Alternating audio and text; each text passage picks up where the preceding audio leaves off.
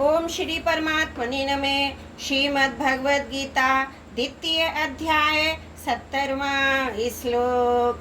आपूर्यमाणमचलं प्रतिष्ठं समुद्रमापे प्रविशन्ति यतत तदथ कामायं प्रविशन्ति सर्वे स शान्तिमाप्नोति न कामी। वर्षा काल में नदियों का जल बहुत बढ़ जाता है।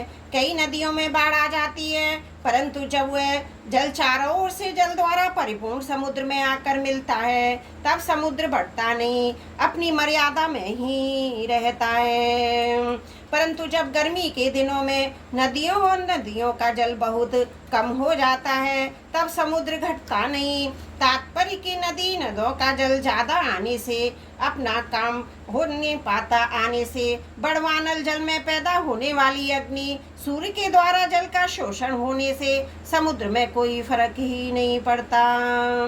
वह घटता बढ़ता है, उसको नदों के जल की अपेक्षा नहीं रहती। वह तो सदा सर्वदा ज्यों का त्यों ही परिपूर्ण रहता है और अपनी मर्यादा कभी त्याग नहीं करता।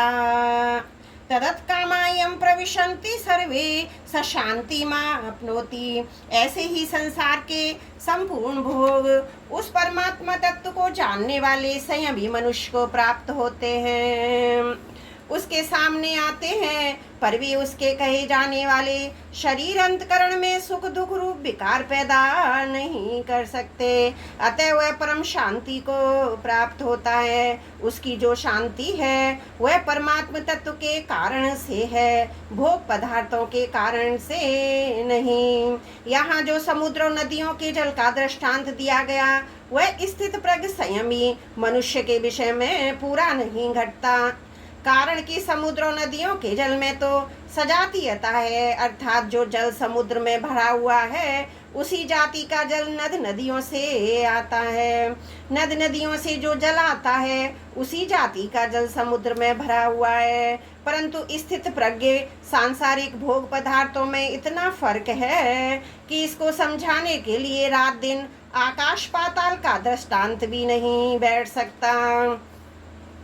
कारण कि स्थित प्रज्ञ मनुष्य जिस तत्व में स्थित है वह तत्व चेतन है, नित्य है, सत्य है, असीम है, अनंत है और सांसारिक भोग पदार्थ जड़ है, अनित्य है, असत है, सीमित है, अंत वाले हैं। दूसरा अंतर यह है, समुद्र में जो नदियों का जल पहुँचता है वह स्थित प्रज्ञ जिस तत्व में स्थित है वहाँ सांसारिक भोग पदार्थ पहुँचते ही नहीं, प्रत्युत केवल उसके कहे जाने वाले शरीर अंतकरण तक ही पहुँचते हैं। अतः समुद्र का दृष्टांत केवल उसके कहे जाने वाले शरीर और अंतकरण की स्थिति को बताने के लिए ही दिया गया है। उसके वास्तविक स्वरूप को बताने वाला कोई दृष्टांत नहीं है। ना काम या कामी, जिसके मन में भाग और पदार्थों की कामना है, जो पदार्थों को ही महत्व देते हैं, उनकी दृष्टि पदार्थों की तरफ से ही है। उनको कितने ही सांसारिक भोग पदार्थ मिल जाएं तो भी उनकी तृप्ति नहीं हो सकती। उनकी कामना जलन संताप नहीं मिट सकते तो फिर उनको शांति कैसे मिल सकती है। कारण कि चेतन स्वरूप की तृप्ति जड़ पदार्थों से ही हो सकती है।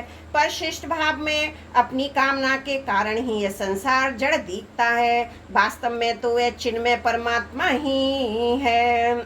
जब मनुष्य कामना रहित हो जाता है तब उससे सभी वस्तुएं प्रसन्न हो जाती हैं। वस्तुओं के प्रसन्न होने की पहचान यह है कि उस निष्काम महापुरुष के पास आवश्यक वस्तुएं अपने आप आने लगती हैं। उसके पास आकर सफल होने के लिए वस्तुएं लालायित रहती हैं, परंतु कामना न रहने के कारण वस्तुओं के प्राप्त होने पर अथवा न होने पर भी उसके भीतर कोई विकार उत्पन्न नहीं होता। उसकी दृष्टियों में वस्तुओं का कोई महत्व ही नहीं है। इसके विपरीत कामना वाले मनुष्य को वस्तुएं प्राप्त हों अथवा ना हो उसके भीतर सदा अशांति बनी रहती है। त्रुटियों के लिए क्षमा चाहती हूँ। 70वां श्लोक समाप्त। वसुदेव सुतं देवं कंस चारुण मर्दनम देवकी परमानंदम कृष्णं वंदे जगद्गुरुम्।